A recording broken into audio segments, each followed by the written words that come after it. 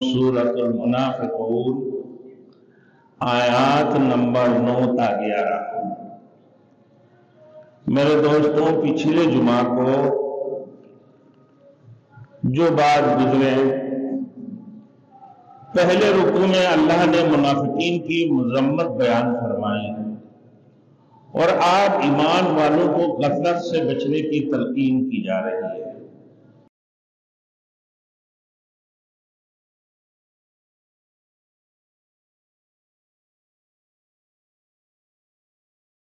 Thanks for watching. Don't forget to like, comment, share and subscribe to Maulana Habibullah Rouhani Official.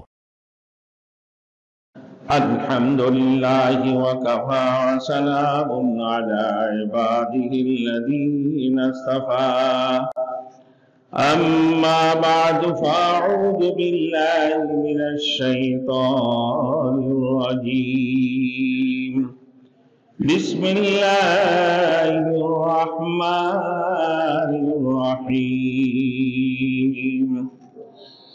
يا أيها الذين آمنوا لا تلهكم أموالكم ولا أولادكم عن ذكر الله ومن يفعل ذلك فأولئك هم الخاسرون صدق الله مولانا العظیم۔ میرے محترم دوستوں اور میرے بزرگوں، سورۃ المنافقون آیات نمبر 9 تا 11۔ میرے دوستوں، پچھلے جمعہ کو جو بات گزرے، پہلے رکوع میں اللہ نے منافقین کی مذمت بیان فرمائی اور آج ایمان والوں کو غفلت سے بچنے کی تلقین کی جا رہی ہے۔ دوسرے رکوع میں بھی اللہ رب العزت منافقوں کے بارے میں، وہ منافق جو اعتقادی منافق ہے اور جو اعمالی منافق ہے، عملی منافق اور اعتقادی منافق، اس کی تفصیل پچھلے جمعہ کو میں نے بتا دیا۔ اب میرے دوستوں، آج جو اللہ رب العزت مومنوں کو تلقین فرما رہے ہیں غفلت سے بچنے کی، پہلے منافقوں کی سازش، رشا دواری، بخل اور برائی اور ان کی بد اخلاقی کے دیگر امور کا ذکر ہوا۔ اللہ نے ان کی فاسد خیالات اور اعتقاد کی نفی فرمائی، جو ان کی فاسد خیالات تھے، اور پھر ان کی اعتقاد کی نفی فرمائی۔ اہل ایمان کو خبردار کیا کہ منافقوں کی باتوں میں نہ آئے، ان سے بچتے رہے، منافق بڑے خطرناک ہیں۔ حضور صلی اللہ علیہ وسلم کی زمانہ میں، مکی زندگی میں تو نفاق پیدا ہی نہیں ہوا۔ وہاں تو مومن تھے یا کافر، البتہ مدنی دور میں آ کر کچھ اعتقادی منافق پیدا ہو گئے، جو زبان سے تو کلمہ توحید پڑھتے تھے، بعض دیگر کاموں میں، دیگر نیکی کی کام بھی کرتے تھے، زبان سے کلمہ پڑھتے تھے اور دیگر نیکی کی کام بھی کرتے تھے، اور یہ جہاد میں شرکت بھی کرتے تھے، مگر تھے منافق، مسلمانوں کو دکھانے کے لیے کہ دیکھو ہم جہاد بھی کر رہے ہیں۔ مسجد میں بالکل آخری وقتوں میں پہنچتے تھے مصلیوں میں نام لکھوانے کے لیے کہ دیکھو میں نماز بھی پڑھ رہا ہوں۔ ہم میرے دوستوں، مگر ان کی دلوں کے اندر کفر بھرے ہوئے تھے۔ تو منافقوں کی یہ قسم جو ہے کافر ہے، یہ بدترین قسم کی کافر، جن کے بارے میں اللہ نے فرمایا ان المنافقین فی الدرک الاسفل من النار، منافقین جہنم کی آخری طبقے میں ان کا ٹھکانہ ہے، ان کی ٹھکانہ سب سے نچلے طبقے میں ہوں گے۔ اب حضرت علامہ امام شاہ ولی اللہ محدث دہلوی رحمۃ اللہ علیہ نے اعتقادی اور عملی منافق کے علاوہ بھی دیگر منافقین کی اقسام کو بیان فرمایا۔ مثلا منافقوں کی ایک قسم ان لوگوں کے جو اسلام میں داخل ہوتی ہیں مگر کمزوری ہے ان کی، اسلام میں داخل ہوتی ہیں کمزوری دکھاتی ہیں، پورے دل جمیل سے اسلام میں داخل نہیں ہوتی، اور یہ لوگ اپنے قومی اور اپنا خاندانی طور طریقے کو ہی جاری رکھتے ہیں، بظاہر اسلام میں داخل ہوتی۔ یہ ایک دوسری نمبر فرمایا کہ منافقوں کی ایک قسم ہوا ہے جن کی دلوں میں دنیاوی لذات غلبہ ہوتا ہے، جس کی وجہ سے یہ لوگ اللہ اور اس کی رسول کی محبت سے محروم رہتے ہیں۔ یہ دو نمبر۔ حضرت شاہ صاحب رحمۃ اللہ علیہ نے یہ بھی فرمایا کہ منافقوں کی ایک قسم وہ بھی ہے جو مال کی حرص، حسد اور کینہ وغیرہ جیسے روحانی بیماریوں میں یہ مبتلا ہوتے ہیں۔ مال، حسد اور کینہ یہ روحانی بیماریوں میں مبتلا ہوتے ہیں، جن کی موجودگی میں خدا تعالیٰ کے سامنے جب وہ مناجات کرتے ہیں تو لطف اندوز نہیں ہوتے، بس جب اللہ کے دربار میں دعا کر رہے ہوتی ہیں بڑے لطف اندوز ہوتی ہیں، بڑے دل جمیل سے دعا کر رہے ہوتی ہیں، بڑے توجہ کے ساتھ بالکل اٹینشن ہو جاتے ہیں کہ میں رب کو دیکھ رہا ہوں اور رب مجھے دیکھ رہے ہیں، میرے دعا یقیناً قبول ہو رہے ہیں۔ نہ لا تقنطوا من رحمت اللہ کی رحمت سے مایوس نہیں ہونا چاہیے، اور وہ اس قسم کی دل جمیل سے اللہ کی طرف متوجہ ہوتی ہیں، مناجات کرتے ہیں تو اس کی بات ہی کچھ اور ہوتا ہے، لیکن منافقوں کے اندر یہ بات نہیں ہے، وہ دعا کر بھی رہے ہوتی ہیں، نماز پڑھ بھی رہے ہوتی ہیں تو اسے ہی، کیونکہ وہ اصل میں تو نماز نہیں پڑھ رہے، اس طرح مسلمانوں کو دکھاوا کے لیے کہ مسلمان انہیں ایماندار سمجھے، صحیح معنوں میں یہ بدترین کافر لوگ۔ اچھا جی، چوتھی نمبر میں شاہ صاحب نے یہ بھی لکھا ہے کہ کچھ لوگ منافقین میں وہ بھی ہے جو امور معاش میں یعنی معاشرت کے اندر اس قسم کے ڈوبے ہوئے ہوتی ہیں کہ ان کی موت کی فکریں نہیں ہوتی، یہ دنیاوی عیش و عشرت کے اندر، دنیاوی زندگی میں، لیکن آخرت کا فکر ان کا نہیں ہوتی، یہ بھی ایک قسم کی منافق ہے۔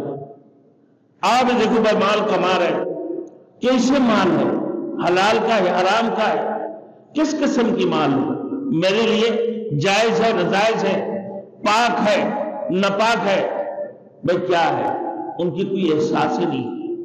تو دنیا کی معاشرت کے اندر یہ ڈوبے ہوئے ہوتی ہیں، آخرت کی ان کی کوئی فکر نہیں ہوتی ہے۔ تو جن کی آخرت کی فکر جن کی دلوں کے اندر نہیں ہوتی ہے تو یہ بھی ایک قسم کی منافق ہے۔ اللہ اکبر، اللہ پورا مومنین کی حفاظت فرمائے۔ اب میرے دوستوں، کہ بعض لوگوں کی دلوں میں اللہ کے نبی کی نبوت اور رسالت کے متعلق شکوک و شبہات ہوتے ہیں کہ دنیا کی معیشت کے اندر اتنا ڈوبے ہوئے ہوتی ہیں، موت کی فکر نہیں، کیونکہ وہ در حقیقت نبی پر نازل ہونے والے شرعی احکام کے اوپر وہ یقین نہیں کرتے ہیں، نہ ہی موافقت کرتے ہیں، ان کی موافقت نہیں کرتے ہیں۔ یہ بھی منافقوں کی ایک قسم ہے۔ اللہ کے رسول کی، نبیوں کے اوپر جو احکام شریعت اللہ نے نازل فرمایا، یہ ان کا یقین نہیں ہوتی۔ منافقوں کی ایک قسم ان لوگوں پر بھی مشتمل ہے جو اپنی اور قبیلے اور خاندانوں کی مدد کرنا لازمی سمجھتے ہیں، بلکہ اسلام کے خلاف تو نہ ہو۔ اپنے قوم، قبیلے اور پھر اپنے خاندانوں کی اس انداز سے مدد کرتے نظر۔ آپ دیکھو کسی جگہ پر، میں نے دیکھا ہوں اپنے آنکھوں سے بھی، اس قسم کی منافق، آپ اکیلا ہو اور آپ کی مخالف ایک ہی قومیت کی ہو۔ پاکستان میں 36 قوم ہیں، اب کس کی نام لو، آپ کو برا لگ جائیں گے۔ مثال کے طور پر پشتو بولنے والے ہو، پنجابی بولنے والے ہو، سندھی بولنے والے، آرائی بولنے والے ہو، رانگاڑیاں بولنے والے ہو، قریشی بولنے، ہر بولنے کی ایک انداز ہوتی ہے۔ آپ دیکھتے ہیں کہ بھائی یہ اس خاندان سے تعلق رکھتے ہیں، یہ اس قبیلے سے تعلق رکھتے ہیں۔ قبیلوں کی لڑائی دیکھتی ہے نا بھائی، سالوں سال چل رہے ہوتے ہیں قبیلوں کی لڑائی، قبیلوں میں لڑائی ہو رہا ہے کہ بھائی یہ آفریدی قبیلے ہیں، یہ فلاں قبیلے ہیں، اور اس کے اندر مساخائل والی ایک دوسرے قبیلے کے ساتھ بھی لڑائی اس قسم کے انداز سے لڑ رہی ہوتی ہے۔ اسلام کے خلاف کیوں نہ ہو، ایک دوسرے کو قتل کیوں نہ کر دے، ایک دوسرے کی خون کا کیوں نہ بہائے، ایک دوسرے کی زمینیں قبضہ کیوں نہ کر لے، ایک دوسرے کی علاقہ کیوں نہ قبضہ کر لے، میرے دوستوں اسلام کے خلاف کیوں نہ ہو تو اسی میں لگے رہتے ہیں، اپنے قبیلے، اپنے خاندان اور اپنے قوم کے ساتھ دیتے ہیں۔ صحیح معنوں میں ان کے شریعت کی کوئی فکر نہیں ہوتی۔ آگے دیکھیں، اسلام کے معاملہ میں سستی کی اظہار کرتے ہیں، اس قسم کے لوگ ہر زمانہ میں ہوتے رہے اور آج بھی دنیا بھرے ہوئے ہیں۔ ابھی کراچی شہر کو دیکھو، کوئی بندہ اگر کسی لسانیت کے اوپر آگے، اسی کے اوپر جنگ ہوتے رہے گے۔ یہ کیا ہے؟ یعنی عصبیت کے اندر ڈوبے ہوئے ہوتے، وہ اپنے قومیت، اپنے خاندان، اپنے قبیلے میں ڈوبے ہوئے ہیں، بلکہ اسلام کے خلاف کیوں نہ ہو، اسلام کی فکر نہیں ہے۔ اور یہی جب اسلام کے بارے میں آتے ہیں تو سستی ظاہر کرتے ہیں۔ آپ ہی دیکھیں، اب گزشتہ آیات میں بیان ہو جائے کہ منافق نادار، پہلے اس سے پہلے گزر چکے، منافق نادار اور مہاجرین پر خرچ کرنے سے اغراض کرتے ہیں۔ منافقین جو غریب نادار لوگ ہیں، ان لوگوں کی مدد کرنے سے یہ اغراض کرتے ہیں، مدد نہیں کرنا چاہتے۔ یہ منافقین کی علامات ہیں، کیونکہ وہ مال کی محبت میں مبتلا تھے۔ یہ مال کسی کو دے دو، یہ نادار کو نہ۔ اب میرے دوستوں مہاجرین کو مال دے دیں، جیسے اس سے پہلے باتیں گزرے، رئیس المنافقین عبداللہ ابن ابی،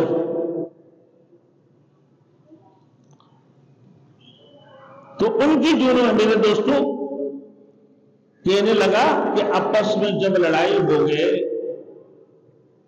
جہاد کے میدان میں، جب رسول مقبول صلی اللہ علیہ وسلم بنی مستلق کے سفر میں تھے، آپس میں لڑ گئے۔ پہلے واقعہ تو پانی لے کر ہوا، پھر اس کی بعد پھر مہاجرین میں یہ لڑائی ہوگی، آپس میں تکرار ہو گئی، تو ایک مہاجر نے انصار کو مار دیا، اپنے انصار بھائیوں کو بلانے لگے۔ اب مہاجرین میں سے جو مومن تھے وہ بھی اپنے مومن بھائیوں کو بلانے لگے، مہاجرین کو، یہ عصبیت میں ڈوب گئی۔ تو میرے دوستوں، تو یہ جا کر کہنے لگا، اللہ کے رسول صلی اللہ علیہ وسلم یہ فرمایا کرتے تھے یہ انصار مدینہ کو کہ تم لوگ یہ مہاجر مہاجرین کی مدد کیا کرو، یہ لوگ ندار ہیں، ان مہاجرین کے لیے خرچہ کر لیا کرو۔ یہ کہنے لگا ہم جا کر مدینے سے نعوذ باللہ ان ذلیلوں کو نکال دیں گے۔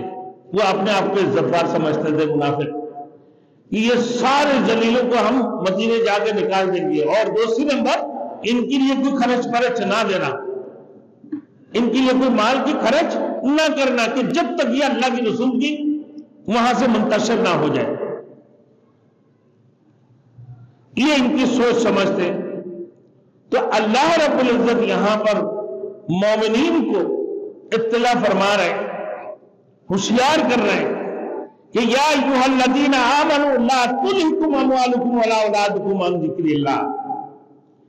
یہ منافق تو اپنے مال دولت کی محبت میں پڑھ کر اللہ کے ذکر سے غافل ہو جاتے تھے، اللہ کے راستے میں مال خرچ کرنے سے غفلت کرتے تھے، اور مہاجرین کی مدد کرنے سے اعراض کرتے تھے۔ اب میرے دوستوں اعراض کرتے تھے کہ میں مہاجرین کی یہ بالکل بھی خرچہ نہ کرنا۔ یہ آب مومنین کے اندر بھی ایسی مال کی اور اولاد کی محبت ہے۔ اولاد کی محبت میں بھائی اولاد اچھے کھائیں گے، اچھے پیئیں گے، ان کے پاس بھی گاڑی ہوں گے، وہ اچھے عیش عشرت میں رہیں گے، اسی نیت سے وہ حلال حرام کی تمیز نہیں کرتے، حلال میں حرام ملا دیتے ہیں، پھر وہ اپنے شریعت کی حدود سے نکل کر کے دور نکل جاتی ہیں اور مال کو اپنے محنت کے ذریعے سمجھتے ہیں۔ کیا کہتے ہیں کہ مال تو میں نے اپنے ہنر اور اپنے محنت سے کمایا، جبکہ مال اور اولاد یہ کیا ہے؟ اللہ کی امانت ہے۔ اللہ نے کسی کو بھرپور مال عطا فرمایا، کسی کو غربت میں رکھا، کوئی درمیانی طبقے میں ہے، لیکن جتنا بھی مال ہو، غریب کی پاس ہو، غربت میں ہو، یا مڈل طبقے ہو، یا بڑے مالدار کیوں نہ ہو، تو مال کیا ہے؟ اللہ کی امانت ہے۔ اسی طریقے سے اولاد بھی اللہ کی امانت ہے۔ تو یہ منافق اعراض کرتے تھے مہاجرین کے لیے خرچ کرنے میں کہ تم بھی ایسے نہ کر لینا، اور پھر مال کی محبت میں اتنا نہ ڈوب جانا کہ اللہ کی ذکر سے تم غافل ہو جاؤ۔ جب مال کمانے آتی ہیں میرے دوستوں، کمانا شروع کر دیتے ہیں تو کیا کرتے ہیں؟ مال کی محبت میں آ کر حلال کی تمیز نہیں کرتے، حرام کی تمیز نہیں کرتے۔ ایک بھائی میرے سے پوچھتا ہے امام صاحب بتاؤ یار میرے اسکول کی بچوں کی خرچہ ہے، مہینہ میں دونوں کی تقریباً دونوں تینوں چاروں بچے 5 بچے پڑھ رہے ہوتی ہیں، 30,000 35,000 روپیہ، میرے مکان کے کرایہ 30-35,000 ہے، ابھی گھر کے ریشن بھی ہے، دیگر شروع سامان ہے، ڈاکٹر کی علاج ہے، دوائی ضرورت ہے، اب میں جو یہ پیسہ لیتا ہوں میرے لیے تو جائز ہوگا نا؟ میں نے بولا کیوں بھائی تمہارے لیے جائز ہوگا؟ اب ایک بندے کو کہہ دو کہ بھائی یہ حلال ہے یہ حرام ہے، تو وہ حرام کو سمجھتے، حرام ہی نہیں سمجھتے، حرام کھا رہے ہوتی ہیں، حرام کھا رہے ہوتی ہیں، اس کو حرام نہیں سمجھ رہے۔ اگر آپ بولو گے اس کو غصے آ جائیں گے، یار یہ ہم سب کو کیا ہوا ممبر میں بیٹھ کے کیا کیا شروع کر دیا، کیوں؟ اس کو تمیز ہی نہیں ہے، وہ سمجھ ہی نہیں پا رہا ہے۔ یہ اپنی مال کی محبت میں ڈوبے ہوئے، پھر اولاد کی محبت میں ڈوبے ہوئے، تو مال اور اولاد کی محبت میں ڈوبنے سے وہ اللہ کی ذکر سے غافل ہو جاتے ہیں۔ تو اللہ نے فرمایا یا ایھا الذین آمنوا لا تلھکم اموالکم ولا اولادکم عن ذکر اللہ۔ آئے ایمان والو تم اپنے اموال اور تمہارے اولادیں تمہیں اللہ کی ذکر سے غفلت میں نہ ڈال دے۔ یا ایھا الذین آمنوا، آئے ایمان والو کہ ایسے نہ ہو کہ تم مال اور اولاد کی محبت میں بڑھ کر نہ اللہ کی ذکر سے غفلت میں نہ ڈال دے۔ لا تلھکم یعنی لا تغافلکم، غفلت میں نہ پڑ جاؤ، غافل نہ ہو جاؤ، اللہ کی ذکر سے. پھر اللہ کی ذکر سے غافل ہونے کا میرے دوستوں فرض واجبات جن کی ادائیگی ہر ایمان پر لازم ضروری ہے، لیکن اپنے فرض کو بھی ترک کر دیتے. دیکھو مال کی محبت میں بڑھ جاتے، کاروبار میں، بزنس میں لگ گیا یا کسی کام میں لگ گئے، فرض کی فکر نہیں ہوتی، نہ واجبات کی فکر ہوتی. میرے دوستوں کہ انسان اگر صحیح طریقے سے فرض اور واجبات کو ادا کر لے، اللہ کے سامنے تو جواب دے دے. مگر وہ مال کی محبت میں اتنی بڑھ گئے ہیں، اپنی اولاد کی محبت میں اتنی بڑھ گئے، تو اولاد اور مال کی وجہ سے میرے دوستو اللہ کی ذکر سے وہ غافل ہو جاتے، اس کا فکر نہیں ہوتی. وَمَن يَفْعَلْ ذَلِكَ فَأُولَٰئِكَ هُمُ الْخَاسِرُونَ. پھر اگر تم نے ایسے کر لیا، مال اور دولت میں پڑھ کر، مال کمانے کی محبت میں بڑھ گئے یا اولاد کی وجہ سے اگر تم نے اللہ کے ذکر سے غافل ہو گئے، تو سمجھ لو فَأُولَٰئِكَ هُمُ الْخَاسِرُونَ. پھر ایسے لوگ بہت بڑی خسارہ میں ہوتے ہیں. یہ خسارہ میں میرے دوستوں دیکھیں آگے، اپنے آخری اخروی زندگی کو چھوڑ کر، اپنے دائمی زندگی کو چھوڑ کر یہ فانی زندگی کے پیچھے لگ گئے، اور پھر وہ مال کی محبت میں پڑھ کر نہ حلال کی تمیز نہ حرام کی تمیز اس کا کوئی فکر نہیں ہے. وہ اندھے ہو گئے. وہ کیا ہو گئے بھائی؟ اندھے ہو گئے. اللہ رب العزت اس کی دلوں سے، وہ اطمینان قلب سے اس کو فارغ کر دیتے اللہ رب العزت، کہ وہ جتنا بھی مال کماتے رہے گا نا، لیکن اس کے دل کے اندر اطمینان نہیں ہوگی، وہ اطمینان سے فارغ ہو جائیں گے. تو اللہ نے پھر کل قیامت کو اللہ رب العزت انہیں نابینا کر کے اٹھائیں گے. تو وہ کہیں گے یا اللہ، میں تو دنیا میں آنکھوں والے تھا، میں تو سب کچھ دکھتا تھا، آج میں نابینا کیوں ہوں؟ تو اللہ نے فرمایا کہ آتت آیاتنا فنسیتها وکذالک اليوم تنسا، کہ تیری پاس ہمارے آیاتیں آئیں مگر تو نے ان کو بھلا دیا. ہمارے بہت ساری نشانیاں ہیں، یعنی ان کی طرف دیکھا بھی نہیں تو نے، لہذا آج تیری ساتھ بھی ایسا ہی سلوک ہوگا.